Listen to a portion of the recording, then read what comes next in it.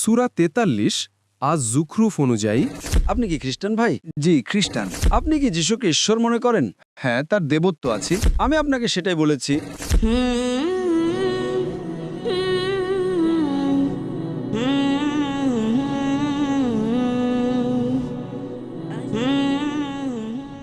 High, আপনাকে এখানে দেখে ভালো লাগছে ডক্টর জাকির। আমার নাম ডেরেক এবং আমার পেশা হলো টানেল ইঞ্জিনিয়ার। আমি দুঃখিত ডক্টর জাকির, আমার প্রশ্নটা সন্ত্রাসের সাথে খুব একটা সম্পর্কিত হবে না। আমি আপনাকে খুব সংক্ষিপ্ত প্রশ্ন করতে চাই। সূরা ৪৩ আজ যুখরুফ অনুযায়ী এখানে বলছে সূরা ৪৩-এর ৬১, এখানে লেখা যিশু হবেন শেষ সময় আগমনের নিদর্শন। এর মানে কি যিশু শেষ নবী হিসেবে আসবেন, নাকি নবী মুহাম্মদই কি শেষ নবী? তাই যদি নবী মুহাম্মদ শেষ নবী হিসেবে আসেন, তাহলে আসলে কে ঈসা আল মাসিহ বা যিশু খ্রিস্ট? ধন্যবাদ।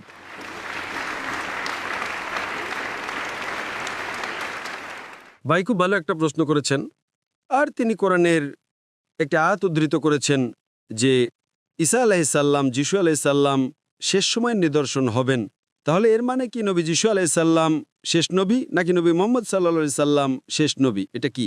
কোরআন সূরা আহজাব অধ্যায় নম্বর ৩৩ আয়াত নম্বর ৪০-এ স্পষ্টভাবে উল্লেখ আছে, মা কানা মুহাম্মাদুন আবা আহাদিম মির রিজালিকুম ওয়ালাকিন রাসূলুল্লাহ ওয়া খাতামুন নবিয়্যিন ওয়া কানা আল্লাহু বিকুল্লি শাইইন আলিমা। এর অর্থ নবী মুহাম্মদ সাল্লাল্লাহু আলাইহি সাল্লাম, মুহাম্মদ তোমাদের কোনো পুরুষের পিতা নন। মা কানা মুহাম্মাদুন আবা আহাদিম মির রিজালিকুম ওয়ালাকিন রাসূলুল্লাহ। কিন্তু তিনি আল্লাহর রাসূল এবং তিনি নবীদের সর্বশেষ। আল্লাহ সর্বজ্ঞানী, পরিপূর্ণ জ্ঞানের অধিকারী। সুতরাং খুব সুস্পষ্ট এবং পরিষ্কার কোরআন সূরা আহজাব অধ্যায় নম্বর ৩৩ আয়াত নম্বর ৪০-এ যে নবী মুহাম্মদ সাল্লাল্লাহু আলাইহি সাল্লাম সর্বশেষ এবং চূড়ান্ত রাসূল, তারপর আর কোনো রাসূল আসবেন না। কিন্তু আপনি ঠিকই বলেছেন, কোরআন এটাও বলে যে নবী ঈসা আলাইহিস সালাম শেষ সময় নিদর্শন হবেন। কোরআন তা বলে এবং বাইবেলও তা বলে। বাইবেল গসপেল অব জনে বলে যে যীশু খ্রিস্ট আলাইহিস সালাম দ্বিতীয়বার আগমন করবেন। এমনকি কোরআনও বলে তিনি আবার আসবেন। কেন? যীশু খ্রিস্ট আলাইহিস সালাম আল্লাহ সুবহানাহু ওয়া তাআলার সকল রাসূলদের মধ্যে একমাত্র রাসূল যার অনুসারীরা ভুল বুঝেছিল যে তিনি ঈশ্বরত্ব দাবি করেছিলেন। আপনি কি খ্রিস্টান ভাই? জি, খ্রিস্টান। আপনি কি যিশুকে ঈশ্বর মনে করেন? হ্যাঁ, তার দেবত্ব আছে। আমি আপনাকে সেটাই বলেছি। যীশু খ্রিস্ট আলাইহিস সালাম আল্লাহ সুবহানাহু ওয়া তাআলার একমাত্র রাসূল যার অনুসারীরা তাকে ঈশ্বর বলে ভুল করেছিল। আমি যিশু ঈশ্বরের বিষয়ে পরে আসছি। প্রথমে আমি আপনার প্রশ্নের উত্তর দেব।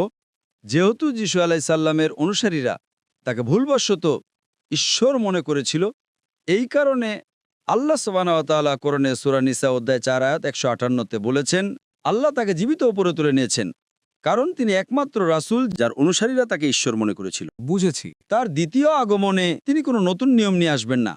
তিনি মুহাম্মদ সাল্লাল্লাহু আলাইহি ওয়াসাল্লামের উম্মত হিসেবে আসবেন। কারণ আল্লাহ সুবহানাহু ওয়া তাআলা কোরআনে সূরা মায়েদা অধ্যায় ৫ আয়াত ৩-এ বলেছেন, আজ আমি তোমাদের প্রতি আমার অনুগ্রহ পূর্ণ করলাম এবং তোমাদের জন্য ইসলাম মনোনীত করলাম। ধর্ম একবার পূর্ণ হয়ে গেলে নতুন কিছু যোগ বা বাদ দেওয়া যাবে না। কিন্তু ঈসা আলাইহিস সালাম তার দ্বিতীয় আগমনে সাক্ষ্য দিতে আসবেন যে তিনি কখনো দেবত্ব দাবি করেননি। কোরআন সূরা মায়েদা অধ্যায় ৫ আয়াত ১১৬-তে বলে যে, হে আল্লাহ, তুমি আমার সাক্ষী থাকো, আমি কখনো আমার ইবাদত করতে বলিনি, বরং আমি বলেছি আল্লাহর ইবাদত করো, উবুদুল্লাহ। আল্লাহর ইবাদত করো যিনি আমার এবং তোমাদের রব। তাই তার দ্বিতীয় আগমনে তিনি স্পষ্ট করতে আসবেন যে তিনি কখনো দেবত্ব দাবি করেননি। এবং এমনকি আজকের বাইবেলেও, আজ যদি আপনি বাইবেল পড়েন, ইসলামই একমাত্র অখ্রিস্টান বিশ্বাস যা যীশু খ্রিস্ট আলাইহিস সালামের উপর বিশ্বাস রাখাকে ঈমানের অংশ করে তোলে। কোনো মুসলমান নয় যদি সে যীশু খ্রিস্ট আলাইহিস সালামের উপর বিশ্বাস না করে। আমরা বিশ্বাস করি যে তিনি আল্লাহ তাআলার অন্যতম শক্তিশালী রাসূল ছিলেন। আমরা বিশ্বাস করি যে তিনি মাসিহ ছিলেন। আমরা বিশ্বাস করি যে তিনি অলৌকিকভাবে জন্মগ্রহণ করেছিলেন, যা অনেক আধুনিক খ্রিস্টান বিশ্বাস করে না। আমরা বিশ্বাস করি যে তিনি মৃতকে জীবন দিতেন। আমরা বিশ্বাস করি যে তিনি আল্লাহর অনুমতিতে দৃষ্টিহীন এবং কুষ্ঠরোগীদের আরোগ্য করতেন।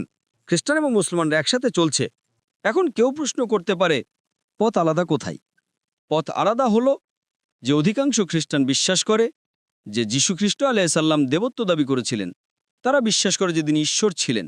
আসলে যদি আপনি বাইবেল পড়েন, এমন একটাও দ্ব্যর্থহীন উক্তি নেই সম্পূর্ণ বাইবেলে যেখানে যীশু খ্রিস্ট আলাইহিস সালাম নিজে বলেছেন যে আমি ঈশ্বর, অথবা যেখানে তিনি বলেছেন আমার ইবাদত করো।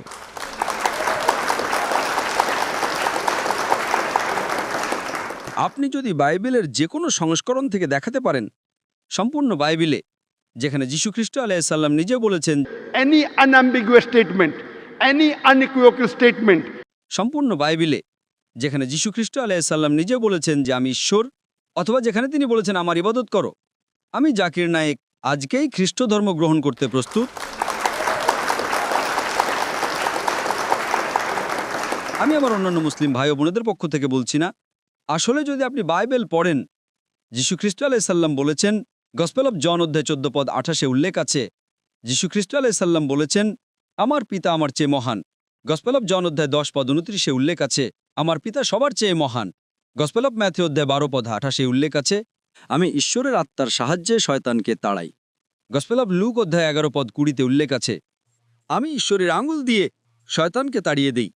গসপেল অফ জন অধ্যায় 5 পদ 30 উল্লেখ আছে, আমি নিজ থেকে কিছুই করতে পারি না, আমি যেমন শুনি তেমন বিচার করি এবং আমার বিচার ন্যায়সঙ্গত, কারণ আমি নিজের ইচ্ছা খুঁজি না, বরং সেই পিতার ইচ্ছা খুঁজি যিনি আমাকে পাঠিয়েছেন। যে কেউ বলবে যে আমি আমার ইচ্ছার অনুসন্ধান করি না, বরং সর্বশক্তিমান আল্লাহর ইচ্ছার অনুসন্ধান করি, সে একজন মুসলিম। যীশু খ্রিস্ট আলাইহিসসালাম একজন মুসলিম, তিনি কখনো দেবত্ব দাবি করেননি। ঠিক আছে স্যার। গসপেল অফ জন অধ্যায় 14 পদ 24 উল্লেখ আছে, যীশু খ্রিস্ট আলাইহিসসালাম বলেছেন, তোমরা যেসব কথা শুনছ সেগুলো আমার নয়, বরং আমার পিতার যিনি আমাকে পাঠিয়েছেন। গসপেল অফ জন অধ্যায় 17 পদ 3 উল্লেখ আছে, এটাই অনন্ত জীবন, যাতে তোমরা জানতে পারো যে এক ঈশ্বর আছেন এবং যীশু খ্রিস্ট যাকে তুমি পাঠিয়েছ। এটা উল্লেখ আছে বুক অব অ্যাক্টস অধ্যায় 2 পদ 22।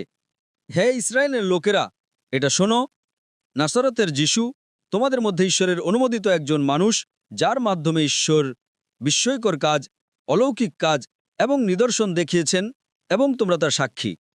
তোমাদের মধ্যে ঈশ্বরের অনুমোদিত একজন মানুষ, যার মাধ্যমে ঈশ্বর বিস্ময়কর কাজ, অলৌকিক কাজ এবং নিদর্শন দেখিয়েছেন, এবং তোমরা তার সাক্ষী।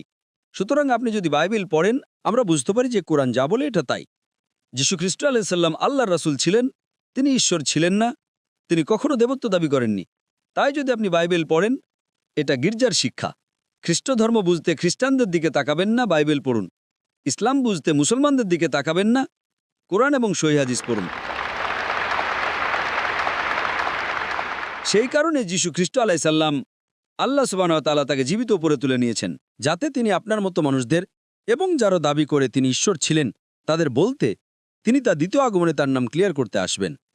তিনি মুহাম্মদ সাল্লাল্লাহু আলাইহি ওয়াসাল্লামের উম্মত হবেন, তিনি মুহাম্মদ সাল্লাল্লাহু আলাইহি ওয়াসাল্লামের একই শিক্ষায় বিশ্বাস করবেন, এবং তিনি সাক্ষ্য দেবেন তিনি কখনো দেবত্ব দাবি করেননি, বরং বলেছেন, উবুদুল্লাহ, আল্লাহর ইবাদত করো, আমার রব এবং তোমাদের রব। আশা করি প্রশ্ন উত্তর পেয়েছেন। ধন্যবাদ।